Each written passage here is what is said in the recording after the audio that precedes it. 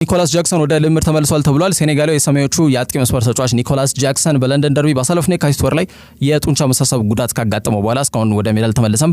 በሁሉም ጨዋታዎች እንግዲህ የቼልሲ ያደረጉትን ያለፉትን 8 ጨዋታዎች ላይ መሰለፍም አልቻለም። እንግዲህ ኒኮላስ ጃክሰን የኤንዞ ማሬስካ ቡድን ጨራሽ አጥቂ የለውም፣ ጃክሰንም ክለቡን የሚመጥን አጥቂ አይደለም እየተባለ ቢታማም ተጫዋቹ ሳይኖር የቡድን የማጥቃት እንቅስቃሴ ጥያቄ ውስጥ ሊወድቅ እንደሚችል በተደጋጋሚ የታየ ጉዳይ ነው። የኮል ፓልመር የጎል ተሳትፎ መመናመን ላይም የጃክሰን አለመኖር አሉታዊ ተጽዕኖ ነው በጣም ከፍተኛ እንደሆነ ማንሳት ይቻላል።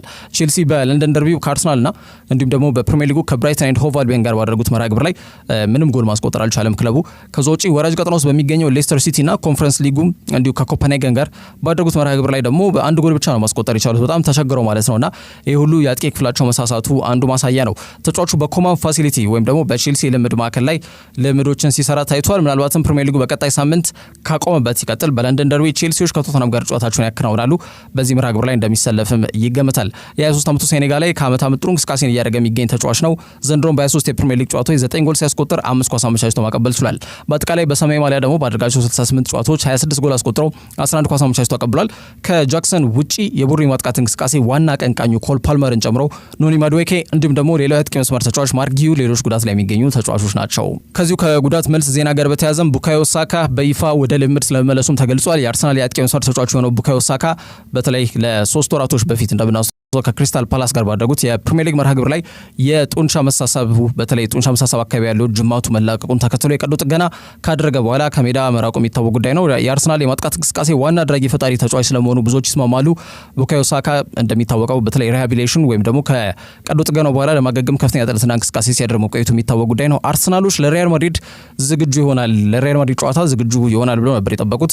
ተጫዋቹ ግን ከወዲሁ በተለይ ቶሎ በማገገም ማለት ነው በቀጣይ ሳምንት ማክሰኞ ለሚደረገው የለንደን የፉላም የፕሪሚየር ሊግ መርሃ ግብርም ዝግጁ ስለመሆኑ እየተገለጸ ይገኛል ማለት ነው። መጠነኛ በጣም ውስን ደቂቃዎች ማች ፊት እስኪሆን ድረስ ወደ 10 ወደ 15 ደቂቃ ተቀይሮ ወደ ሜዳ የሚገባበት አጋጣሚ ይኖራል ተብሎ የተገለጸ ነው የሚገኘው።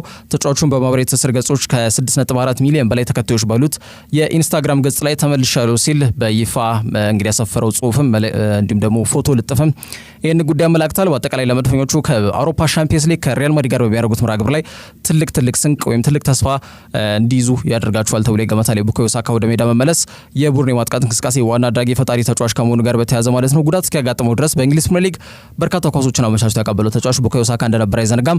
በማድሪድ የአውሮፓ ሻምፒየንስ ሊግ የመጀመሪያው ዙር መርሃ ግብር ኤምሬትስ ላይ ነው የሚደረገው። አርሰናል ጨዋታውን አሸንፈው ወደ ቀጣይ ዙር ቢያንስ ወደ ቤርናቦ እንዲያቀኑ ለማድረግ ሂደት ላይ የቡካዮ ሳካ ሚናም ትልቅ አስተዋጽኦ ይኖራል ተብሎ ይገመታል። ከዛ ውጪ የአውሮፓ እግር ኳስ ማህበር የሪያል ማድሪድ ተጫዋቾች ላይ ምርመራ በይፋ ከፍቷል። ምናልባትም ደግሞ የአርሰናሉ ተጠባቂው የአውሮፓ ሻምፒየንስ ሊግ መርሃ ግብር በፊትም ቅጣቱ የሚተላለፍ ከሆነ በዚህ ጨዋታ ላይ የማይሰለፉበት እድል ሊኖር ይችላል ተብሏል። እንግዲህ ወደ 4 ተጫዋቾች አንቶኒዮ ሩዲገር፣ ኪሊያን ምባፔ፣ ቪኒሲየስ ጁኒየር እና ዳኒ ሴባዮስ እነዚህ 4 ተጫዋቾች ላይ ነው ክስ የተከፈተው። በተለይ በአውሮፓ እግር ኳስ ማህበር በተለይ በዩኤፋ አወዳዳሪ ከሚሆንባቸውና በጣም ተጠባቂ ከሆኑ የክለቦች የውድድር መድረክ ላይ ከፊት የሚጠቀሰው የአውሮፓ ሻምፒየንስ ሊግ በዚህ ውድድር ምዕራፍ ላይ የነገሰው ክለብ ነው ሪያል ማድሪድ፣ ምንም ጥያቄ የለውም። በጥሎ ማለፍ መርሃ ግብር ላይ ከከተማ ተቀናቃኛቸው አትሌቲኮ ማድሪዶች ጋር ተገናኝተው እንደነበር አይዘነጋም። በደርሶ መልስ እንግዲህ ጨዋታውን በሜዳቸው አሸንፈው ነበረ። ግን ደግሞ በሪያዴር ሜትሮፖሊታኖ አትሌቲኮ ማድሪዶች 1-0 ነጥብ ውጤት ጨዋታውን በማሸነፍ እንግዲህ በመለያ ምት ሪያል ማድሪድ አሸንፈው ወደ ሩብ ፍጻሜ ማለፋቸው የሚታወቅ ጉዳይ ነው። ታዲያ የመጨረሻውን የፍጹም ቅጣት ምት ያስቆጠረው አንቶኒዮ ሩዲገር እንደነበር አይዘነጋም። ከዛ በኋላ እንግዲህ ተጫዋቾች የደስታ አገላለጽ ወይም ደግሞ ደስታቸውን እየገለጹ በነበረበት ሰዓት ላይ ከአትሌቲኮ ማድሪድ ደጋፊዎች ጋር ከፍተኛ ሰጣ ገባ ውስጥ ገብተው እንደነበር አይዘነጋም። የስፔን ሚዲያዎች እንዳሉትም አትሌቲኮ ማድሪድ የነዚህ የተጠቀሱት 4 ተጫዋቾች አንቶኒዮ ሩዲገር፣ ኪሊያን ምባፔ፣ ቪኒሲየስ ጁኒየር እና ዳኒ ሴባዮስ እነዚህ 4 ተጫዋቾች ያልተገባ የደስታ አገላለጽ ተጠቅመውብናል የሚል ክስ አቅርበዋል። የአውሮፓ እግር ኳስ ማህበርም ይህንን ሪፖርት ተቀብሏል ተብሏል። ያው እናስታውሳለን ሩዲገር በጣም አይኑን አፍጥጦ ምላሱን አውጥቶ በተለይ እንገላችኋለን ወይም ገድለናችኋል የሚመስል አይነት የደስታ አገላለጽ ነበር የተጠቀመው። ከዛ ውጪ እንደ ቪኒሲየስ ጁኒየር ይህ ልጅ እንኳን በጣም ትልቅ ችግር ነው ያለበት ይታወቃል። ከተቃራኒ ቡድን ደጋፊዎች ጋር የሚኖረው ሰጣ ገባ ነው ራሱ ለዘረኝነት ጥቃት ተጋላጭ የሚያደርገው በሚል በስፋት ከዚህ ከዘረኝነት ጥቃት ጋር በተያያዘ የራሱ የተጫዋቹ ድርጊት አንድም ትልቁ ተጽዕኖ ፈጣሪው ጉዳይ ስለመሆኑ ይነገራልና ከፍ ባለመልኩ ከሜዳ ውጭ ያለው እንቅስቃሴ በጣም ትልቅ ጥያቄ ምልክት የሚነሳበት ነው። ቪኒሲየስ ጁኒየር የማድሪድን ማሊያ ሪያዴር ሜትሮፖሊታኖ ላይ ጨዋታ የተደረገው የማድሪድን ማሊያ የአትሌቲኮ ማድሪድ ሜዳ ላይ አንጥፎ እንግዲህ ሜዳችን እንደማለት ነው እዚህ ሜዳ ላይ ንጉሱ እኛ ነን እያለ ማሊያውን እየጠቆመ ሲናገር እንደነበር አይዘነጋምና አሸንፏል። መጠነኛ ደስታ ከገለጹ በቂ ነው። ወደ መጨረሻ ክፍል ቢገቡ የተሻለ ነበር። እንግዲህ የአውሮፓ እግር ኳስ ማህበር መግለጫ ወጥቷል። በአራቱ የሪያል ማድሪድ ተጫዋቾች ጉዳይ የቀረበውን ውንጀላ አጣራለሁ ብሏል። የስነ ምግባርና ዲሲፕሊን ተቆጣጣሪም በዚህ ጉዳይ ላይ ትኩረት አድርጎ እንዲሰራና ሪፖርቱን አቅርቦ ከፍ ባለመልኩ ምርመራ በማከናወን ማለት ነው አጠቃላይ ውሳኔዎቹንም በቀጣይ ጥቂት ጊዜያቶች ላይ ያስተላልፋል ተብሏል ማለት ነው። ተጫዋቾቹ የቅጣት ስጋት አለባቸው፣ ምንም ጥያቄ የለውም። ዋናው ጉዳይ ቅጣቱ የሚመጣው ወይም ደግሞ ቅጣቱ የሚተላለፍባቸው ከአርሰናሉ ጨዋታ በፊት ነው ወይስ በኋላ ነው የሚለው ጉዳይ ነው የሚጠበቀው። ምናልባት ከአርሰናሉ ጨዋታ እንግዲህ ኤፕሪል 8 ላይ ነው የሚደረገው በፈረንጆቹ ማለት ነው። ማለት ከሁለት ሳምንት ባነሰ ጊዜ ውስጥ ይሄ መርሃ ግብር የሚደረግ ይሆናልና ምናልባት ከአርሰናል ጋር በሚኖራቸው ጨዋታ በፊት የቅጣት የሚተላለፍ ከሆነ እነዚህ አራት ተጫዋቾች የማይሰለፉበት እድል ሊኖር ይችላል ተብሏልና ይሄ ነገሩን ለሪያል ማድሪድ አስከፊ እንደሚያደርገው ምንም ጥያቄ የለውም። ሌላው ቢቀር ከአርሰናል ጨዋታ በኋላ ነው ቅጣቱ የሚተላለፈው ይባል እንደው ሪያል ማድሪድ አርሰናልን በሩብ ፍጻሜ አልፈው እንግዲህ ግማሽ ፍጻሜ ውስጥ የሚገቡ ከሆነ የሚገናኙት ከፓሪስ ሴን ጀርሜን ጋር ነው ማለት ነውና በዚህ መርሃ ግብር ላይ ምናልባት የማይሰለፉበት እድል ሊኖር ይችላል ማለት ነው። ምክንያቱም ቅጣት በጣም ያንዣበበባቸው ተጫዋቾች ናቸው አራቱም ተጫዋቾች ማለት ነው። ምናልባት የዩኤፋ ውሳኔ የሚጠበቅ ነው የሚሆነው። ይህ በእንዲህ እንዳለ ግን ለአሁን ባለው ወቅት ሁኔታ ለሪያል ማድሪድ ደጋፊዎች ካርሎ አንቸሎቲን ጨምሮ ከፍተኛ ዱብዳ ይሄ እንደ ራስ ምታት የሚቆጠር ዜና ስለመሆኑ እየተገለጸ ይገኛል። ከዛ ውጪ የሊቨርፑሉ የአማካይ መስመር ተጫዋች ዋታሩ ኤንዶ ሳምንታዊ ክፍያውን ቀንሶ ወደ ጀርመን ለማቅናት ፍላጎት አሳይቷል ተብሏል። እንግዲህ የውድድር ዘመኑ ሲጠናቀቅ በርካታ ተጫዋቾች ናቸው ከሊቨርፑል ጋር ይለያያሉ ተብሎ የሚጠበቀው። እንግዲህ አዲሱ አሰልጣኝ አርነ ስሎት ያልተገመተ በጣም አስደናቂ የውድድር ዘመንን በመጡበት ዓመት እያሳለፉ ይገኛሉ። ፕሪሚየር ሊጉንም የማሳካት እድላቸው በጣም ከፍተኛ እንደሆነ ይገመታል። ቀጣዩ ዓመት ግን ልክ እንደ ዘንድሮ ነገሮች አልጋ ባልጋ ይሆናሉ ተብሎ አይገመትም። ፈታኝ ነገሮች ሊያጋጥማቸው እንደሚችል ነው ከወዲሁ ብዙዎች እየሰጉላቸው የሚገኙት። ትሬንት ያው ወደ ማድሪድ ማቅናቱ ጉዳይ ቀር ይመስላል። የተጫዋች ወደ 99% ዝውውሩ የተጠናቀቀ ስለመሆኑ ማርካን ጨምሮ በርካታ ሚዲያዎች ይዘገቡ ይገኛሉ። የ26 ዓመቱ እንግሊዛዊ የቀኝ መስመር ተመላላሽ ተከላካይ ስፍራ ተጫዋች ነው ትሬንት አሌክሳንደር አርኖልድ ወደ ማድሪድ ማቅናቱ አይቀርም። ከዛ ውጪ የቫን ዳይክ እና የሞሳላ ጉዳይ ወይም የነዚህ ሁለት ተጫዋቾች ዕጣ ፈንታ ገና አልታወቀም። ኢብራሂማ ኮናቴና ሉዊስ ዲያዝ ደግሞ በሊቨርፑል ውላቸውን ማደስ በሚለው ጉዳይ ላይ ወኪሎቻቸው ከክለቡ አመራሮች ጋር አለመግባባት ውስጥ ገብቷል ተብሏል። ይህ ማለት ሁለቱም ተጫዋቾች ከክለቡ ጋር በተለይ ውል ለማደስ በሚለው ጉዳይ ላይ ፈቃደኛም አይደሉም ማለት ነው፣ ግልጽ በሆነ መልኩ ማለት ነው። ወይም ደግሞ የሚያስማማ ውል አልቀረበላቸውም በክለቦቻቸው ማለት ነውና ይህ ማለት ደግሞ ክለቡ ሊለቁ የሚችሉበት እድል ሰፊ ነው ማለት ነው። ምክንያቱም ሊቨርፑል ተጫዋቾቹን አይኑ እያየ በነፃ እንዲለቁ የማድረግ ፍላጎት የለውም። ስለዚህ የፊታችን ክረምት የዝውውር መስኮት ሲመጣ ለሽያጭ ዝግጁ የሚያደርጋቸው ወይም ደግሞ ከሌሎች ክለቦች ጋር ተደራድሮ ተጫዋቾቹን በሚሸጥበት ሁኔታ ላይ ትኩረት አድርጎ እንዲሰራ ሊያስገድደው ይችላል ማለት ነውና አሁን ደግሞ ጃፓናዊ አማካይ መስመር ተጫዋች ዋታሩ ኤንዶ ክለቡ እንደሚለቅ በተረጋገጠ ደረጃ ነው የተገለጸ የሚገኘው። ለሊቨርፑል ቅርብ ከሆኑ ሚዲያ አካላት መካከል አንዱ ነው ሊቨርፑል ኤኮ ነው ይህንን መረጃ ይዞ የወጣው። በቀድሞ አሰልጣኝ የርገን ክሎፕ ጊዜ በቦታው በጣም ዓለማችን ላይ ካሉ ምርጥ ከሚባሉ ተጫዋቾች መካከል አንዱ ነው ብለው ተጫዋቹን ማሞካሸታቸው አይዘነጋም ከስቱትጋርት ሲያስፈርሙት ማለት ነውና ዘንድሮ ግን በአዲሱ አሰልጣኝ በሽሎት ስር የመሰለፍ እድልን በማጣት የውድድር ዘመኑ አብዛኛውን ጊዜ ራሱን ተቀያሪ ወንበር ላይ ያገኘው ተጫዋች ነው ዋታሩ ኤንዶ። በሁሉም ጨዋታዎች 26 ጊዜ በፕሪሚየር ሊጉ ተሰልፈው ተጫውቷል። ከነዛ መካከል 14 ጊዜ ነው በፕሪሚየር ሊጉ የተሰለፈው ቀደም ብዬ እንዳልኩት ማለት ነው። በሁሉም ጨዋታ 26 በፕሪሚየር ሊጉ 14 ግን በአብዛኛውን ጊዜ ከተቀያሪ ወንበር ነው የሚነሳው። ለምሳሌ 88ኛው ደቂቃ ላይ ተቀይሮ ለምሳሌ ቢገባና 2 ደቂቃ ቢጫወትም ይሄ ተጫዋች አንድ ጨዋታ ላይ ሊቨርፑል አደረገ ተብሎ ነው ቁጥራዊ መረጃዎች የሚይዙት። ስለዚህ 14ቱም ላይ በቋሚ አሰላፊ የጀመረባቸው ጨዋታዎች የሉም። ግራቨንበርክና ማካሊስተር ናቸው ሁሌም ቢሆን በቋሚነት የሚጀምሩት። በዛ ቢባል ከርቲስ ጆንስ በቋሚነት ይጀምራል እንጂ ዋታሩ ኤንዶ በፍጹም በቋሚ አሰላለፍ ውስጥ ተካቶ አያውቅም በእንግሊዝ ፕሪሚየር ሊግ ላይ በአርነ ስሎት ስር ማለት ነውና ሊቨርፑል አዲስ የአማካይ መስመር ተጫዋች ለማስፈረም ገበያውን እያማተሩ ይገኛሉ ተብሏል። በተለይ ደግሞ 6 ቁጥር ቦታ ስኪመር ቦታ ላይ አንድ ተጫዋች ማስፈረም ግድ ይላቸዋል ተብሎ የተገለጸ ነው የሚገኘው። ያ ደግሞ ዋታሩ ኤንዶ በሊቨርፑል ቦታ እንደማይኖረው ግልጽ በሆነ መልኩ ማሳያ ነው። ስለዚህ ጃፓናዊ አማካይ መስመር ተጫዋች ሳምንታዊ ደሞዙን በመቀነስ ጭምር ወደ ቡንደስሊጋው በማቅናት በልዩነት ወደ አይንትራክ ፍራንክፈርት የማቅናት ሀሳብ እንዳለው የጀርመኑ ተነባቢ ጋዜጣ ቢልድ ዘግቧል። ከዛ ውጪ ዌስትሃሞች የካርሎስ ሶለርን ዝውውር ቋሚ እንደማያደርጉት ማርካ አስነብቧል። እንግዲህ ባሳለፍነው ክረምት የዝውውር መስኮት ላይ ፓሪስ ሴን ጀርሜን ለቆ መዶሻዎቹን ዌስትሃሞችን የተቀላቀለው ስፔናዊ የክንፍ አጥቂ መስመር ተጫዋች ሆነው ካርሎስ ሶለር እንግዲህ የውድድር ዘመኑ ሲጠናቀቅ ወደ ፓርክ ዴ ፕሪንስ እንደሚመለስ ነው እንግዲህ ማርካ ያስነብበው። ዌስትሃሞች የተጫዋቹን የውሰት ቆይታ 20 ሚሊዮን ዩሮ ብቻ በመክፈል ቋሚ ማድረግ የሚችሉበት እድል ነበር። ግን ያ እንዳይሆን እንቅፋት ከሆኑ ጉዳዮች መካከል አንዱና ዋነኛው ተጫዋቹ እየጠየቀ የሚገኘው ከፍተኛ ሳምንታዊ ደሞዝ ስለመሆኑም ለማወቅ ተችሏል። እንግዲህ ካርሎስ ሶለር እንግዲህ በእግር ኳስ ሕይወቱ በቫሌንሺያ እንደጀመረ ይታወቃል። በ226 ጨዋታዎች ወደ 36 ጎሎችን አስቆጥሯል። በ2019 ደግሞ የኮፓ ዴል ሬይ ክብርንም እንዲያሳኩ ያስቻለ ተጫዋች እንደነበር የሚታወቅ ጉዳይ ነው። የተጫዋቹ ከፍታ ጊዜም በእነዚህ ዓመታት በ2019 2021 እንደነበሩ ይነገራልና በ2022 የፈረንሳይ ኃያል ክለብ ፓሪስ ሴን ጀርሜን እንደተቀላቀለ የሚታወቅ ጉዳይ ነው።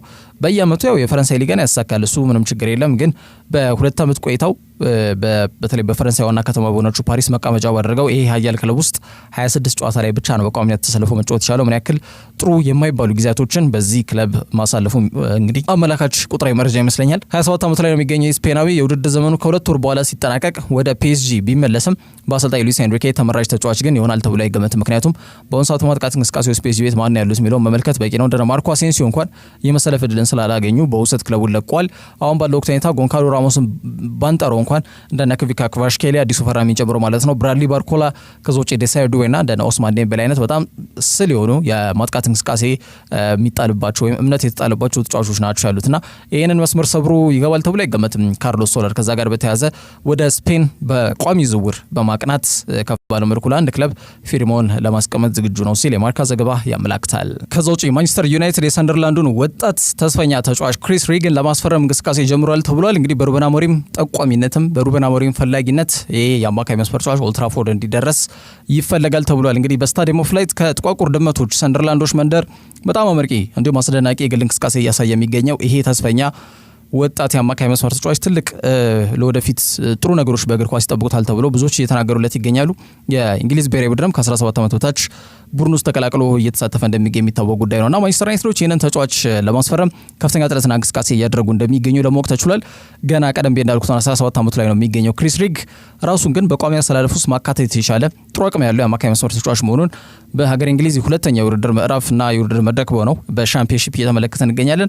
እንደ ኮት ኦፍ ሳይድ ዘገባ ከሆነ ደግሞ ተጫዋቹን ሩበን አሞሪም የግድ ዩናይትድ ቤት ማየት የሚፈልገው ተጫዋች መሆኑን ለክለቡ አሳውቋልና ክለቡ ትኩረት አድርጎ በክረምቱ እንዲያዘዋውሩለት ጥያቄ አቅርቧል ሲል ዘግቧል። እንደሚታወቀው እንደነ አይደን ሄቨን እና ቺዶብ የመሳሰሉ የሄሊንድ አካዳሚ ፍሬ ውጤቶችን ከዚ ውጪ ቶቢ ኮሊየር እንደነዚህ አይነት ተስፈኞችን የመሰለፍ ዕድልን እየሰጠ ይገኛል ሩበን አሞሪምና የቀጣዩ በተለይ የማንቸስተር ዩናይትድ የስኳድ ሪቢልድ ወይም ደግሞ የቡድን መልሶ ግንባታ በሚደረግበት ጥረትና ሂደት ላይ ወጣትና ተስፈኛ ተጫዋቾችን እንደሚያካትት ፍንጭ የሰጠበት ጉዳይ ነው። እነዚህን ተጫዋቾች እድልም ቦታም እየሰጠ ስለሚገኝ ማለት ነውና ክሪስ ሪግ ተጫዋቹ የአጥቂ አማካይ ነውና በሩበን አሞሪም ደግሞ ሁለት የአጥቂ አማካኞችን እንደሚጠቀም ይታወቃል። ከአጨዋወት ፍልስፍናውና እቅዱ ጋር በተያያዘ ወይም የአጨዋወት አተገባበሩ 3-4-2-1 እንደሆነ ይታወቃል። ስለዚህ ከሎን ስትራይከሩ ከአጥቂው ጀርባ ሁለት ተጫዋቾች ይኖራሉ። እንደሚታወቀው በዚህ በትሬኳቲስታ ቦታ ላይ በማጥቃት እንቅስቃሴ ላይ ጥሩ ግባት ይሆናሉ ተብሎ ይገመታል። ጥሩ አቅም ያላቸው ተጫዋቾች ብቻ ናቸው እዚህ ቦታ ላይ እንዲሰለፉ መደረግ መቻል ያለበት ከዚህ አጨዋወት ፍልስፍናና ትግበራ ጋር በተያያዘ ማለት ነውና ስለዚህ ክሪስ ሪግ እንደ ብሩኖ ፈርናንዴዝ ወይም ደግሞ እንደ ዮሹዋ ዚርክዚ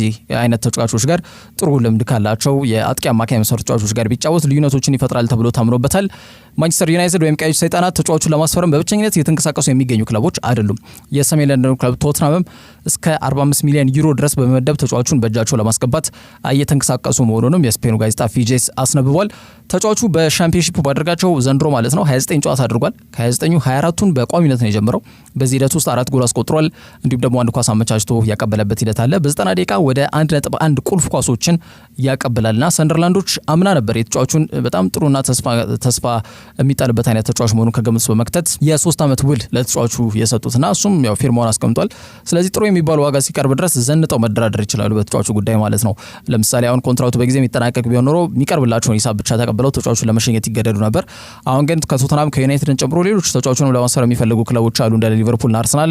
ያው ኢንተረስታቸው እንደ ዩናይትድ እና እንደ ቶተናም ባይሆንም ማለት ነውና የሚያቀርቡትን ሂሳብ አይተው የተሻለው የሚለውን እንግዲህ አወዳድረው ማለት ነው የሚቀበሉበትን እድል ያመቻችላቸዋል ተብሎ ይገመታል። በመጪው ክረምት መዳረሻቸው የት ይሆናል ተብሎ ከሚጠበቀው የዝውውር ጉዳዮች መካከል አንዱ የዚህ የእንግሊዝ ከ17 ዓመት በታች ቡድን አባል የሆነው ተስፈኛው የክሪስ ሪግ ጉዳይ እንደሚሆን ይገመታል።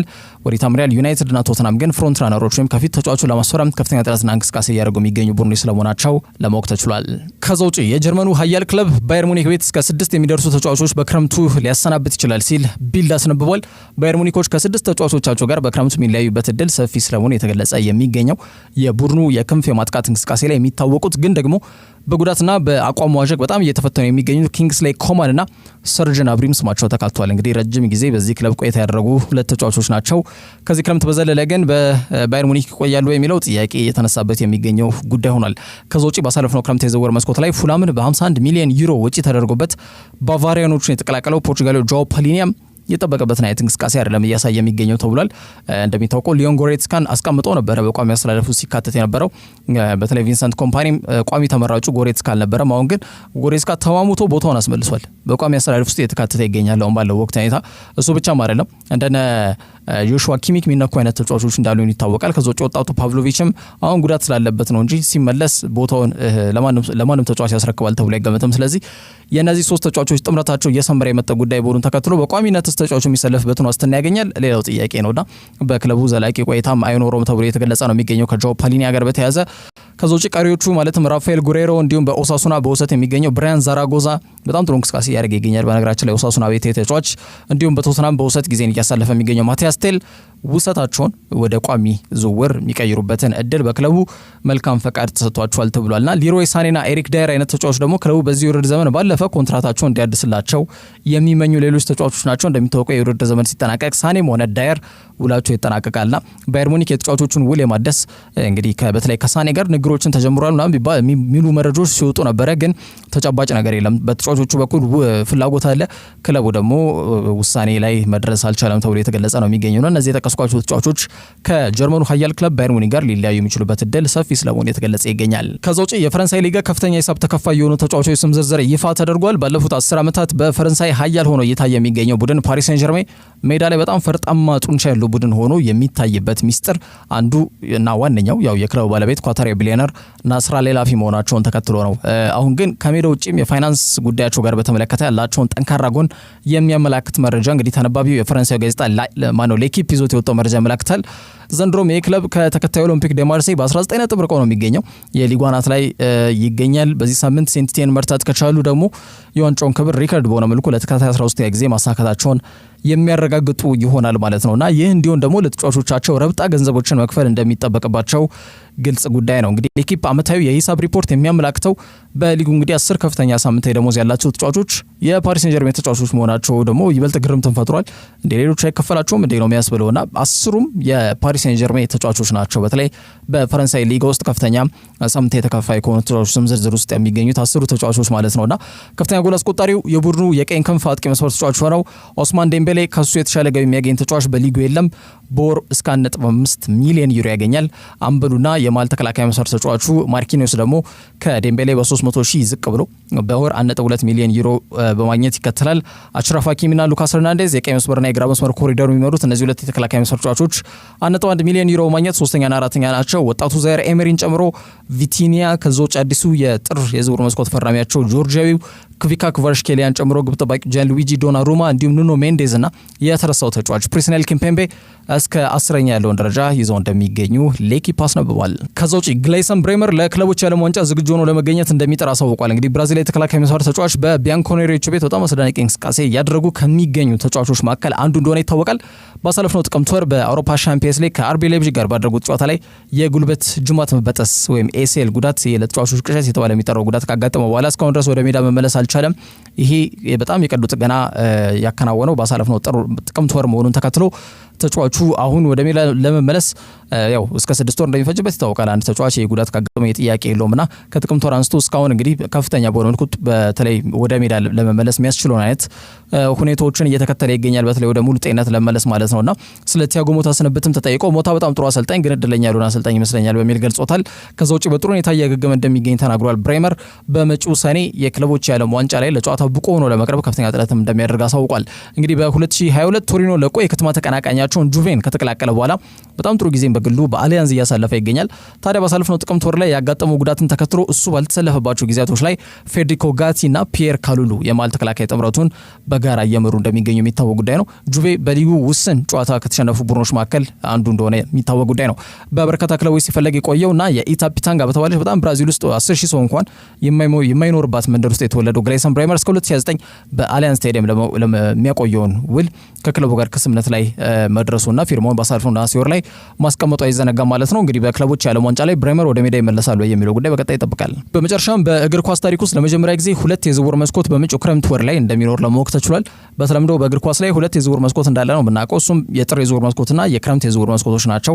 እንዲሁም የጥር የዝውውር መስኮት በመሀል የመጣው በተለይ ስብስቦቻቸውን ለማጠናከር ክለቦች በመሀል አንድ የዝውውር መስኮት መደረግ መቻል አለበት ከሚል እምነት የመነጨ እንደሆነ ይታወቃል እንጂ በፊት ጊዜያቶች ላይ አንድ የዝውውር መስኮት ብቻ ነበር የነበረው የክረምት የዝውውር መስኮት ላይ እንደሚታወቀው። ግን አሁን እንግዲህ በታሪክ ለመጀመሪያ ጊዜ ዘንድሮ ማለት አሁን በመጪው ክረምት የዝውውር መስኮት ላይ ማለት ነው ለመጀመሪያ ጊዜ ሁለት ጊዜ የዝውውር መስኮት ይኖራል ተብሏል። በክረምት የዝውውር መስኮት ላይ የዝውውር መስኮቱ ሁለት ተከፍቶ ይዘጋል ማለት ነውና የሚሆነበት ዋነኛው ምክንያት በክለቦች ዓለም ዋንጫ ምክንያት መሆኑ ተገልጿል። ታዲያ ዓለም አቀፉ እግር ኳስ አወዳዳሪው አካል የሆነው ፊፋ እንዳሳወቀው ከሆነ የዝውውር መስኮቱ በፈረንጆቹ የፊታችን ሰኔ 1 ተከፍቶ ለ10 ቀናት ብቻ ከፍቶ ነው ይቆያል። ከዛ እንደገና ይዘጋል። በድጋሚ ደግሞ አሁንም የፈረንጆቹ ሰኔ 14 ላይ ሰኔ 16 ላይ እንደገና የዝውውር መስኮቱ ክፍት ሆኖ የዝውውር መስኮቱ መዝጊያ ቀን እስከሆነው ማለትም እስከ ቀጣይ መስከረም 1 እኩለ ሌሊት 6 ሰዓት ድረስ ክፍት ሆኖ እንደሚቆይ ነው ፊፋ ያሳወቀው። እንግዲህ ፊፋ ምንም ተቀባይነትን ሊያገኝለት ያልቻለውን ይህንን የክለቦች የዓለም ዋንጫ ዘንድሮ በአዲስ ቅርጽ እንግዲህ በአዲስ የውድድር ፎርማት ለማከናወን ዝግጅቱን እያጠናቀቀ እንደሚገኝ ይታወቃል። 32 ቡድኖች የሚካፈሉበት የክለቦች የዓለም ዋንጫ ዘንድሮ ይደረጋል። በፈረንጆቹ የፊታችን ሰኔ 15 ሲል ማለት ነው በሀገር አሜሪካ ይከናወናል እስከ ሐምሌ 13 ማለትም ለአንድ ወር ለሚጠጋ ጊዜ የሚቆይ ይሆናልና በየአራት ዓመቱ ነው የሚከናወነው ይሄ የክለቦች የዓለም ዋንጫ ማለት ነው። ዘንድሮ በርካታ ክለቦችን ማሳተፉና የውድድሩ መንዛዛት ማለትም ለአንድ ወር ይቆያል ወይም ሰፊ ጊዜ ይወስዳል። ማለትም የውድድር ዘመኑ ከተጠናቀቀ በኋላ ነው ይሄ የክለቦች የዓለም ዋንጫ የሚከናወነው። ስለዚህ በዚህ ውድድር መድረክ ላይ ተሳታፊ የሚሆኑ ክለቦች ዝውውሮችን ለማከናወን በቂ ጊዜ አይኖራቸውም በሚል ነው የዝውውር መስኮቱ ባልተለመደ መልኩ በጊዜ እንዲከፈት ያስገድደው። ስለዚህ ከወዲሁ የቤት ስራቸውን እየሰሩ የሚገኙ ክለቦች ካሉ በጊዜ በሚከፈትበት በዚህ የዝውውር መስኮት ላይ ማለትም ሰኔ 1 ተከፍቶ ለ10 ቀን በሚቆይበት ጊዜ ላይ ዝውውሮችን ፋይናላይዝ የሚያደርጉበትን እድል ያመቻችላቸዋል ተብሎ ይገመታል ማለት ነው። እንደሚታወቀው በዚህ ውድድር ምዕራፍ አሸናፊ የሚሆነው ክለብ ታይቶ የማይታወቅ ወደ 97 ሚሊዮን ፓውንድ የገንዘብ ሽልማት እንደሚበረከትለት የፊፋው ፕሬዝዳንት ጂያኒ ኢንፋንቲኖ መናገራቸው የሚታወስ ነው። ከዛ ውጪ ማንቸስተር ዩናይትድ የጂዮቫኒ ኬንዳ ዝውውር ከተጠለፈባቸው በኋላ ሙሉ ትኩረታቸውን ወደ ሳውዛምፕተኑ ታይለር ዲብሊንግ አዙረዋል ተብሏል። ቅዱሳኖቹ ሳውዛምፕተን ቤት እንግዲህ በዚህ ውድድር ዘመን የመቆየታቸው ጉዳይ እጅግ አጠራጣሪ ነው። ከሳምንት ወደ ሳምንት በጣም እየተጣበበ ይገኛል። ወይም ቀን እየቆጠረ የሚገኝ ክለብ ነው ቢባል ብዙ ማጋነን አይሆንም። ከሳውዛምፕተን ጋር በተያያዘ ኢቫን ጁሪቹ ቡድን ከሻምፒዮንሺፑ በመጡበት ዓመት ለመመለስ ከጫፍ ይገኛሉ።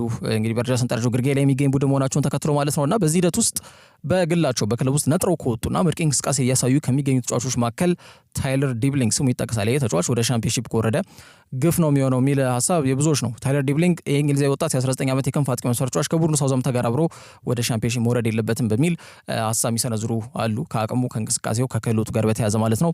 ቼልሲ፣ ኒውካስል፣ ዌስትሃም የሁሉ ክለቦች ተጫዋቹ ላይ ፍላጎት አላቸው። ግን ዩናይትድ አሁን ባለው ወቅት አይነታ ተጫዋቹን የግላቸው ለማድረግ ፉክክሩን እየመሩ ይገኛሉ ተብሏል። በጂዮቫኒ ኬንዳ ጉዳይ ፈራ ተባ ሲሉ ዋጋ እንግዲህ ከፍለውበት ተጫዋቹን በቼልሲ መነጣቃቸው አይዘነጋም።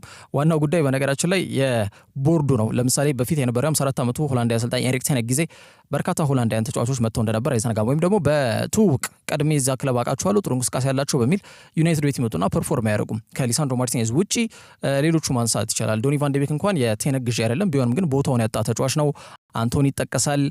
ከዛ ውጪ እንደ ማቲያስ ዴሊት አይነት ተጫዋቾችም ሆላንዳውያን ናቸው። ታይሬል ማላሲያ የኤሪክ ቴን የመጀመሪያ ግዢ ነው እና የሁሉ ሆላንዳዊ ተጫዋቾች ጥያቄ ምልክት የሚነሳባቸው ናቸው። የአንቶኒ ደግሞ በጣም በትልቁ ጥያቄ የሚነሳበት ጉዳይ ነው ከወጣበት ሂሳብ ጋር በተያያዘ እና ዩናይትድ ተመሳሳይ ስህተት አንሰራም እያል በጣም እጃጠር የሆነ እንግዲህ ባለቤት ነው ያላቸው የአይኖስ ኬሚካል ግሩፕ በጣም ወጪ መቆጠብ ላይ ትኩረት ያደረገ አሰራር ሂደት ላይ ነው እየተከተለ የሚገኙትና አሁንም ቢሆን ሩበን አሞሪም ልክ እንደ ቴን ጉሉ ፖርቱጋላዊ ተጫዋች እዛ ስፖርቲንግ ሊዝበን አውቀዋለሁ ምናምን በሚል ወጪ አናወጣም፣ ትኩረት የምናደርገው በተለይ በዝውውር ዑደቶቻችን ላይ ላጮት መንገዳችን ምን ያክል ዝግጁ ነው ተፈትኖ ያለፈ በጣም ጥሩ አቅም እንዳለው የተረጋገጠለትን አይነት ተጫዋች ብቻ እናስፈርማለን ብሎ ራትክሊፍ ከዛ ቦምብሼል ኢንተርቪው ጋር በተያያዘ ያነሳቸው ሀሳቦች እንዳሉ ይታወቃልና ኬንዳ ላይ በተለይ ዩናይትድ በጣም እንዲንቀራፈፍና ከመንጋጋው እንግዲህ ያላቀው ቼልሲዎች እንዲያስፈርሙ ውስጡን ሄደው ዩናይትዶች ባልነቁበት ሰዓት ላይ ተጫዋቹ እንዲያስፈርሙ ያስቻላቸው ጉዳይ እንደሆነ የሚታወቅ ጉዳይ ነው።